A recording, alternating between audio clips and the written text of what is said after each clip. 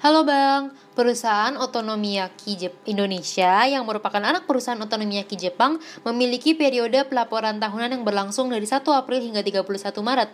Berdasarkan informasi ini, pernyataan berikut yang benar adalah berarti harus kita analisis satu nih pilihan jawabannya. Tapi kita mulai dari pertanyaannya dulu deh.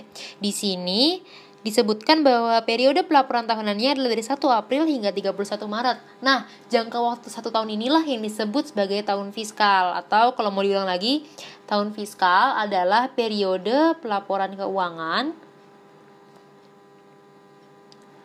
atau bisa juga periode pelaporan akuntansi dari sebuah perusahaan.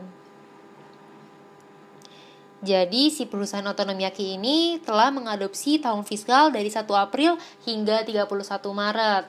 Nah, biasanya tahun fiskal itu mengikuti tahun kalender, berarti dari 1 Januari hingga 31 Desember. Tapi di sini perusahaan Otonomiyaki dia memilih dari 1 April hingga 31 Maret. Itu biasanya ada beberapa alasan kenapa memilih tahun fiskal berbeda dari tahun kalender.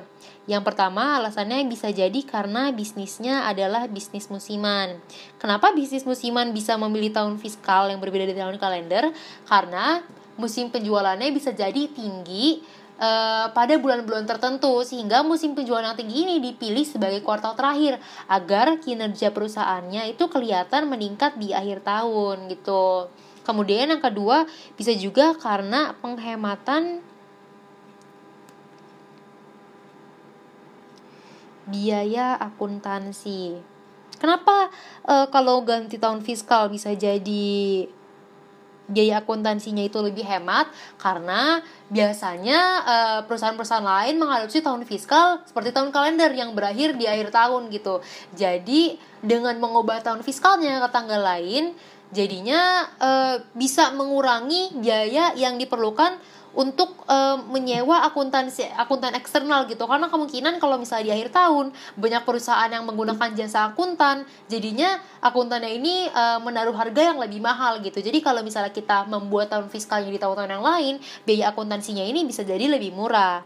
Kemudian yang ketiga, bisa juga karena mengikuti tanggal mulai bisnisnya. Misalnya tanggal mulai bisnisnya itu pada bulan Juni, maka dia akan melakukan pelaporannya itu mulai tanggal mulai si bisnisnya itu. Nah, kalau gitu di situ bisa kita analisis satu-satu ya pilihan jawabannya. Mulai dari yang A dulu, perusahaan Otonomiyaki Indonesia kemungkinan memiliki variasi musiman dalam penjualannya.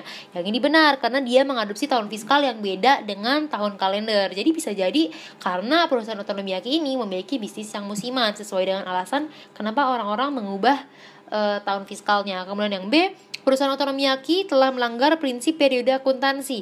Yang ini salah dong, karena prinsip periode akuntansi itu adalah prinsip kurun waktu. Jadi penilaian dan pelaporan keuangan perusahaan dibatasi oleh periode waktu tertentu. Dan mereka udah membatasi nih periode dari 1 April hingga 31 Maret. Jadi mereka tidak melanggar prinsip periode akuntansi. Yang C, perusahaan Otonomiyaki Indonesia perlu mempersiapkan laporan keuangan seperti laporan pada 31 Desember setiap tahunnya. Nah, ini juga salah karena mereka sudah membuat periode pelaporan tahunan itu pada 31 Maret, jadi tidak masalah.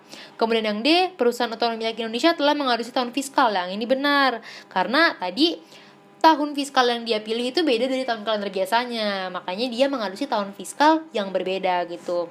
Nah, karena pilihan yang A dan yang D yang benar, berarti pilihan jawaban yang kita pilih adalah yang E. Jawaban A dan D benar. Tetap semangat dan sampai jumpa.